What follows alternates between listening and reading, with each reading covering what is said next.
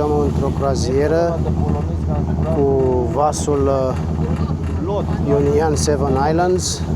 Vom vizita plajele Egremni, Porto Katsiki, insula Itaca și ne vom opri la Piggy Island. Vom face baie cu vestiții purceluși. Revin cu niște cadre superbe de acolo. Sper să fie ceva frumos. Este pentru prima dată când merge pe insula Purcelușilor cu acest vas. Deci este ceva mai mic. O priveliște superbă. Lăsăm în spate portul Vasiliki.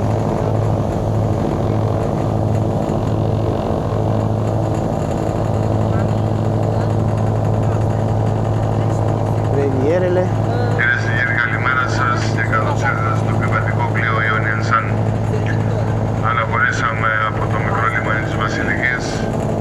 Η κατεύθυνσή μας, η πρώτη μας στάση θα είναι στους Εγκρεμούς, που θα είμαστε εκεί περίπου σε 50 λεπτά και θα παραμένουμε για μία ώρα. Prima oprire va fi Egremni Beach. Drum spre Egremni, am avut parte de ceva minunat. Am văzut niște delfini care săreau, veneau după noi. Superb!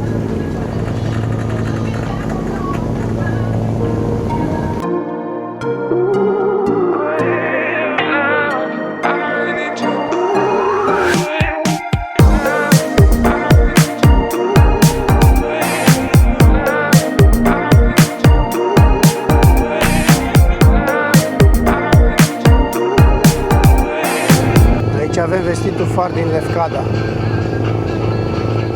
Aș vrea să ajung acolo să vedem dacă avem acces cu mașina și cât vom merge pe jos. Hai. S-ar vedea un peisaj superb acolo. Sper să ne facem timp să vizităm și acest obiectiv. Din câte am văzut pe internet, ar fi un drum de acces către acest far, dar nu sunt sigur dacă se poate ajunge cu mașina până într-un loc și apoi să mergem pe jos, dar vom vedea. Dacă prindem o zi mai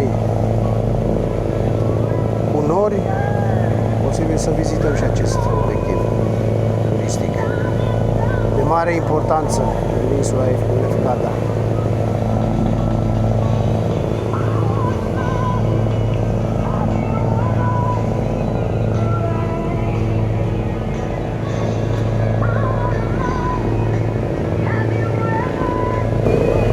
Minute ajungem la Egremni. Vedeți cum au acostat vasele acolo. Așa vom trage și noi la mal. Vom poposi o oră pentru plajă, baie și relaxare, bineînțeles. Și pentru a admira peisajul. Normal. Pentru că e ceva de vis. Nu te întâlnești în fiecare zi cu așa ceva. Ce e aici e unic în lume.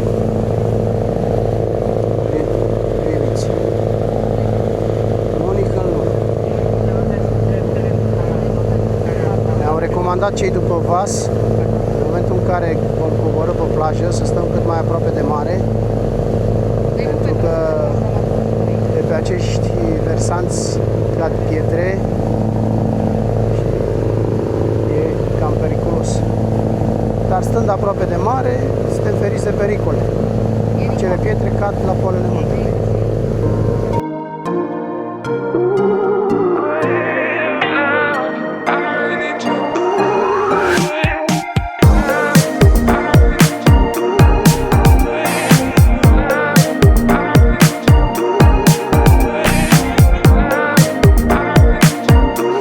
Bine ați venit pe plaja Egremni. Deja grupul nostru s-a instalat pe frumoasa plajă. Acesta este vasul care am sosit aici. Și ne vom bucura în jur de o oră, jumătate de acest loc superb. Grupul nostru deja este în apă. În spatele meu se văd, cred că se văd, vestitele trepte, cele 400.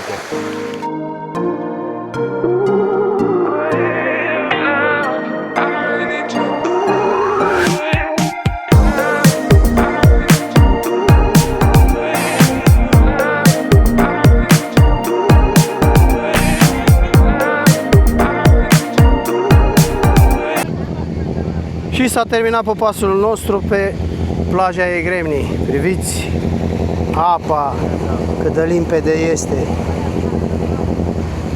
Se văd pietrele după fund. Sper să mergem în direcția scărilor ca să vă arăt cât sunt de spectaculoase acele scări. Am părăsit plaja Egremni, ne îndreptăm către Porto Cațichi. Vom putea face niște poze, cred că și sărituri din port, după aceea rampă și apoi cred că ne ducem spre Itaca.